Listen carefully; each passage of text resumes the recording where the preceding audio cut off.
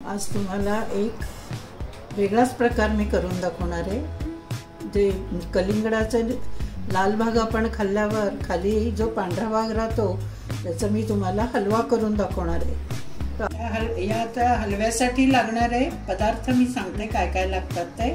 त्याच्यामध्ये लागेल हे पांढरा भाग किसलेला कलिंगडाचा, साखर, नंतर ड्रायफ्रूट्स, मिल्क पावडर, वेलची पावडर आणि तूप। पॅन मध्ये मी तूप घालते 2 चमचे, छोट्या चमच्याने 2 चमचे, तुम्ही मोठ्या चमच्याने 1 चमचा घाला। कीस घालते आता त्या तुपामध्ये आणि आता हे आपण छान परतून घेऊया, म्हणजे मग ते शिजलं की मग पुढचं साखर आणि काय काय घालायचं। आता हे मी परतते।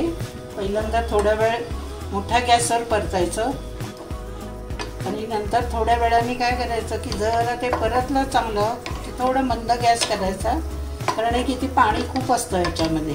पिळून जरी घेतलं तरी पाणी असतं, ते पाणी जायला वेळ लागतो, त्याच्यामुळे परतायला जरा वेळ लागेल, म्हणून थोडंसं मी मोठ्या गॅसवरच पहिल्यांदा सुरुवात करते। थोडं परतते, अर्धी वाटी दूध पुष्कळ झालं। हे आता दूध घालून शिजलेलं आहे। आता ह्याच्यामध्ये मी साखर घालते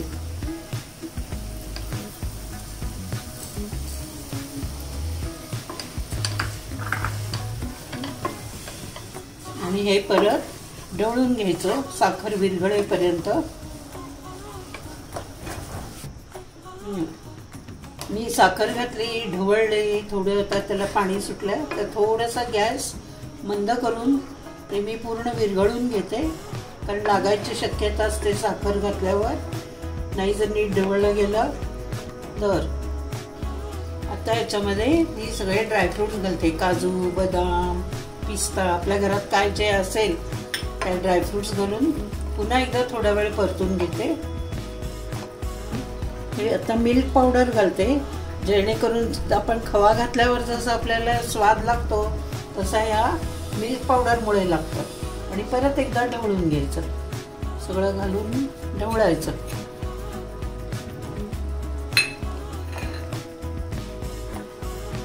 आता मी याच्यामध्ये वेलची पावडर घालते, अर्धा चमचा। आता गॅस बंद करते।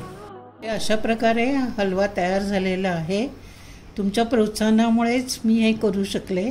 आता तुम्ही आणखीन मला प्रोत्साहन देत जा, मी नवीन नवीन पदार्थ तयार करून तुम्हाला दाखवेन। लाईक करा, शेअर करा आणि माझ्या चॅनलला सबस्क्राईब करा।